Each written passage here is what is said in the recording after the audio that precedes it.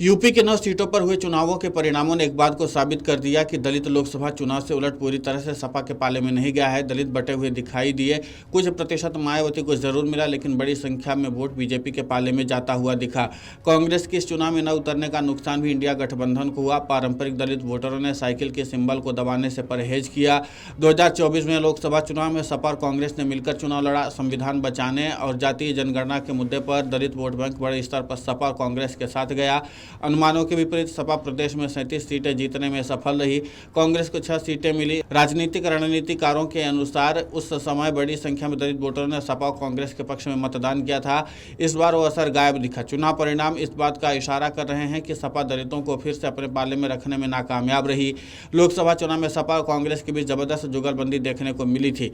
कई सीटों पर राहुल गांधी और अखिलेश ने संयुक्त जनसभाएं की। इस चुनाव में गठबंधन में सही सीटें न मिल पाने की वजह से कांग्रेस ने चुनावों से किनारा कर लिया। कांग्रेस 4 सीटें मांग रही थी, लेकिन सपा ने उसे 2 सीटें दी। जब यह गठबंधन नहीं हुआ तो कांग्रेस की तरफ से यह कहा गया कि ये प्रत्याशी सपा के प्रत्याशी न होकर इंडिया गठबंधन के प्रत्याशी हैं और कांग्रेस भी इनका चुनाव प्रचार करेगी, पर ऐसा नहीं हुआ। राहुल और प्रियंका ने पूरी तरह से यूपी से दूरी बनाई। राहुल की एक भी जनसभा सपा प्रत्याशी के समर्थन में नहीं हुई। केंद्रीय नेतृत्व के साथ राज्य की लीडरशिप भी इन चुनावों में सपा प्रत्याशियों से दूर दिखी।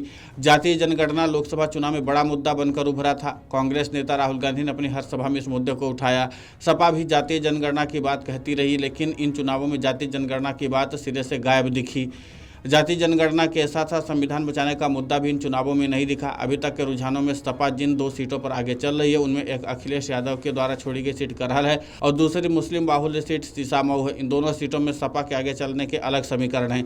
इन दोनों सीटों की बात छोड़ दे तो बाकी सीटों पर सपा का पीडीएफ फार्मूला साथ देता हुआ नहीं दिखा। यादव के अलावा बाकी ओबीसी जातियां उस तरह से सपा के पाले में नहीं आई जैसा लोकसभा चुनाव में हुआ था।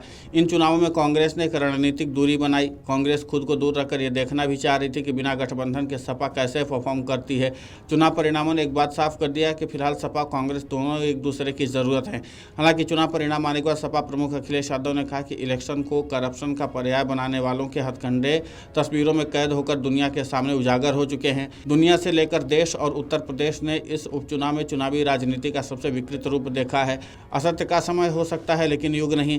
अब तो असली संघर्ष शुरू है। बांधो मुट्ठी, तानो मुट्ठी और पीडीए का करो उद्घोष, जुड़ेंगे तो जीतेंगे। अब देखना यह होगा कि अखिलेश यादव अपनी सियासी जमीन को मजबूत करने के लिए और क्या क्या दांव चलते हैं, क्योंकि इस बार की यूपी उपचुनाव को 2027 का सेमीफाइनल माना जा रहा था और इसीलिए अखिलेश यादव या फिर सीएम योगी दोनों ने ही मिलकर जमकर पसीना बहाया था।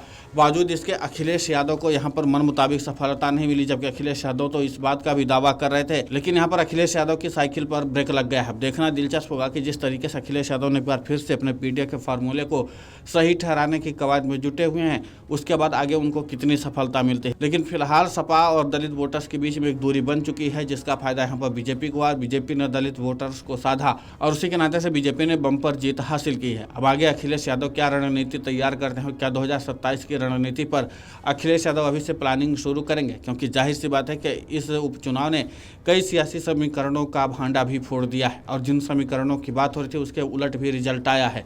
अब ऐसे में देखना दिलचस्प होगा कि अखिलेश यादव नया समीकरण अब क्या सेट करते हैं, क्योंकि पीडीए के तहत ही अगर चुनाव लड़ने की प्लानिंग अखिलेश यादव की है तो यहाँ पर पीडीए फार्मूला चलता हुआ दिखाई नहीं दिया है।